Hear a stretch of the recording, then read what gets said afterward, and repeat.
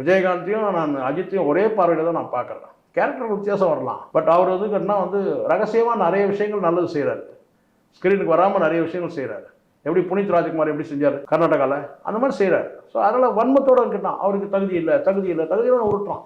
சொல்கிறவங்களாம் யாரான்னு பார்த்தா எல்லாம் அந்த விடாமுயற்சிக்கு வராமல் தடுக்கணும், வராமல் அந்த படம் பேடியாரம்னு நினைக்கிற மாதிரி அவன் தான் சொல்கிறான். என்னன்னு கேட்டிங்கன்னா விடாமுயற்சி வந்து எல்லாம் யார் இந்த டீம் தான், அந்த வலைபேச்சில் இருக்க இந்த டீமுங்க.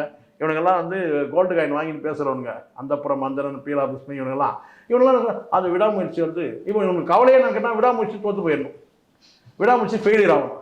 ஏன்டா உங்களுக்கு இந்த எண்ணம் இல்லை? நான் கேட்குறேன், ஒரு படம் வந்து இப்போது ஏற்கனவே நீங்கள் பார்க்குறீங்க, இங்கே ஏற்கனவே தமிழ் சினிமா வந்து பார்த்தீங்கன்னா 2 பைத்தியம் கிட்ட மாட்டிகிட்டு இருக்குது. ஒரு சாதி பைத்தியம், இன்னொன்று வந்து பார்த்தீங்கன்னா வந்து கருத்தியல் பைத்தியம்னு சொல்லிட்டு நான் கருத்தை சொல்லிட்டு கருத்தை இருக்கிறானுங்க ஒரு பக்கம். இந்த சைடில் சாதி வந்து சாதி பைத்தியம் கிட்ட மாட்டிட்டு தமிழ் சினிமா. இதை மீண்டும் வந்து ஒரு நல்ல ஒரு என்டர்டெயின்மெண்ட் கொடுக்க போகிறாருன்னா அது அஜித் மாதிரியான ஸ்டாருங்க தான் கொடுக்க முடியும். அதையும் வந்து பார்த்தீங்கன்னா எதையாவது சொல்லி வந்து பார்த்தீங்கன்னா வந்து படத்தை வந்து ஓடாமல் பண்ணிடலாமா, பார்க்காத பண்ணிடலாமான்னு.